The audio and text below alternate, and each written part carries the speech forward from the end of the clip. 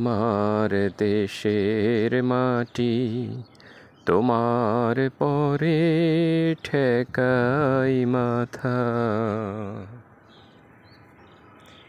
Natural beauty চ্যানেলের পক্ষ থেকে আবার স্বাগতম জানাচ্ছি আপনাদের সবাইকে।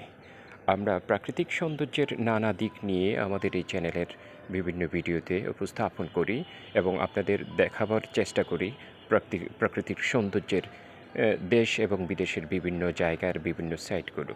আজকে আপনাদেরকে দেখাচ্ছি এমনই একটি প্রাকৃতিক সমৃদ্ধ এবং শস্য শ্যামলা সবুজ একটি প্রাঙ্গণ, যেখানে প্রতিটি সিজনের যে সিজনাল সবজিগুলো আছে এবং শস্যগুলো আছে প্রচুর পরিমাণে উৎপন্ন হয় এবং সম্পূর্ণ প্রাকৃতিক নিয়মে এবং প্রাকৃতিক পদ্ধতিতে।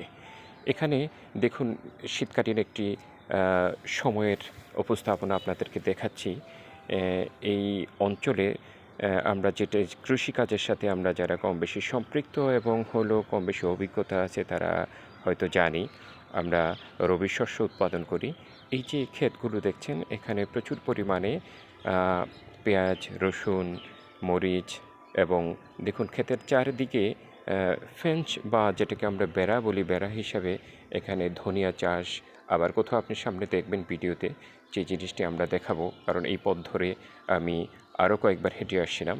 সেখানে কালিজিরা, তিসি এবং মটরশুঁটিও থাকে এবং পাশাপাশি দেখুন গবাদি পশু পালার জন্য বেশ সুন্দর একটি চারণভূমি হলো এটি।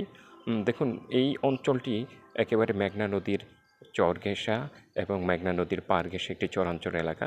এখানে প্রতিনিয়ত মানুষ তার জীবন সংগ্রামের জন্য, জীবিকা উপার্জনের জন্য কোনো না কোনো মাধ্যম অবলম্বন করে এবং যে মাধ্যম তার জীবন জীবিকার যেরকম ব্যবস্থা করে, তার পাশাপাশি আমার এই দেশ, আপনার এই দেশ, সোনার বাংলাদেশের আমাদের দৈনন্দিন জীবনের বিভিন্ন খাদ্য সামগ্রী এরা উৎপাদন করে আপনারা আমার কাছে পৌঁছে দেয়।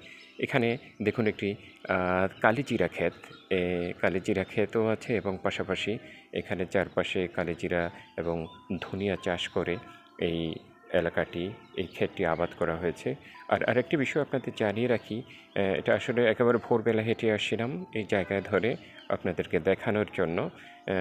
এখানের যে মানুষ আছে, যেহেতু নদী শিখুস্তি এলাকা, সেখানে মানুষের জীবিকার আরেকটি অবলম্বন হলো মাছ শিকার করা।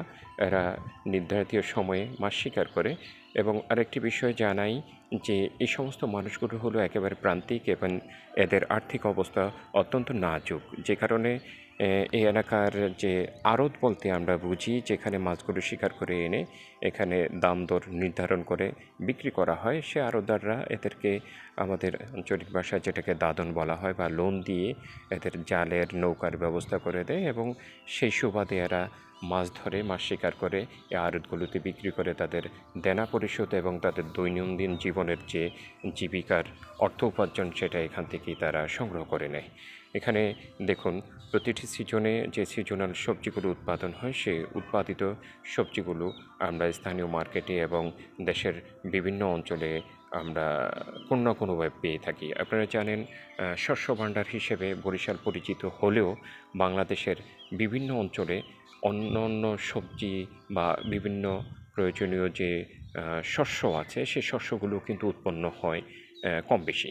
তো এই জায়গাটি মেঘনা নদীর চর ঘেঁষা হওয়ার কারণে, মেঘনা নদীর পার ঘেঁষা হওয়ার কারণে প্রতিটি বর্ষার সিজনে প্রচুর পরিমাণে জোয়ার ভাটার পানিতে পলি পড়ে। পলি পড়ার কারণে মাটিগুলো খুবই উর্বর হয় এবং চাষাবাদের ক্ষেত্রে খুব কম যত্ন নিয়েও ভালো ফসল পাওয়া যায়। এবং এটি শীতের একেবারে শুরুর সময়ের বিষয়টি আপনাদেরকে দেখাচ্ছি। দেখুন অনেকের ক্ষেত প্রস্তুত করছে, বিভিন্ন ট্রাক্টর দিয়ে বা হাল দিয়ে হাল চাষ করে মাটি প্রস্তুত করছে এবং এখানে যে আগাছাগুলো বা বিভিন্ন রকম আবর্জনাগুলো আছে সেগুলো ঘাসের যে গোড়া আছে এগুলো পরিষ্কার করে মাটিগুলো পরিপূর্ণভাবে প্রস্তুত করে নিচ্ছে বীজ বপন করার জন্য। এবং কিছুদিন পূর্বে যেই জায়গাগুলোতে বীজ বপন করা হয়েছে সেখানে চারা গাছগুলো যে সমস্ত শস্যের নাম বললাম, পেঁয়াজ, মরিচ থেকে শুরু করে রসুন এবং কালিজিরা, ধনিয়া, তারপরে তিসি, মটরশুঁটি, কলাই, এই ধরনের জিনিসগুলো এখানে হয়। আরেকটি বিষয় বলি আপনাদের, সেটি হলে অত্র এলাকায় বা চরাঞ্চলে আপনি খুব স্বল্প টাকার মধ্যে কলা পাবেন। সেটি কলা হতে পারে কাঁচকলা, সেটি চাম্পা কলা হতে পারে, এবং বাংলা কলা স্থানীয়ভাবে যেটা কবরি কলা বলি। দেখুন এই যে বাসার চারিদিকে এখানে কলার কিন্তু চাষ করা হয়নি।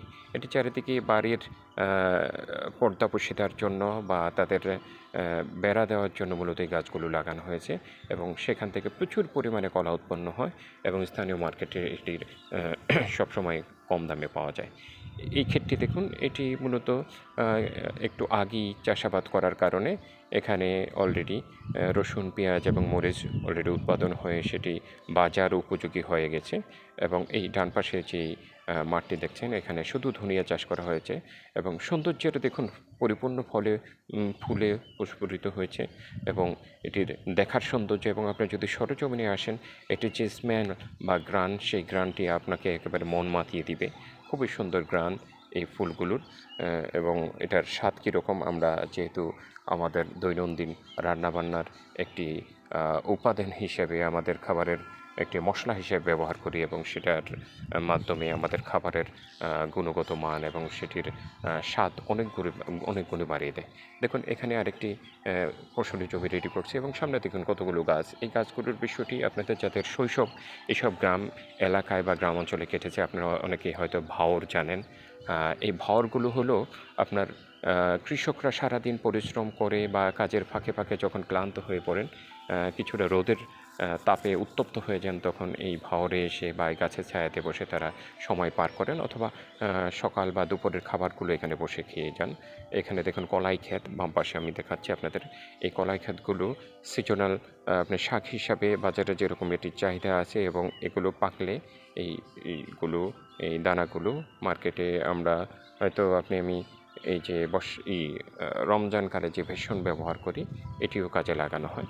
আর এই চরাঞ্চলে মূলত কলাই ক্ষেত করার একটি বিশেষ কারণ হলো যখন সিজনে প্রচুর পরিমাণে ঘাস এদিক ওদিক ছড়ানো ছিটানো থাকে তখন গরু সেগুলো খেয়ে তাদের জীবন নির্ভর করে এবং যখন ঘাসের স্বল্পতা পড়ে তখন এই ক্ষেতের এক প্রান্ত থেকে অপর প্রান্ত খুঁটি দিয়ে গরুগুলোকে এখানে লাগিয়ে তাদেরকে হলো ঘাস খাওয়ানোর ব্যবস্থা হয় এবং দেখুন সরিষা অনেকগুলো পেকে গেছে এবং এই সরিষা ক্ষেতটি খুবই সুন্দর এবং এই দেখেন ডান পাশে যে ক্ষেতটি দেখাচ্ছিলাম সেটি মটরশুঁটির ক্ষেত এবং অবশেষে মেঘনা নদীর পাড়ে চলে আসি।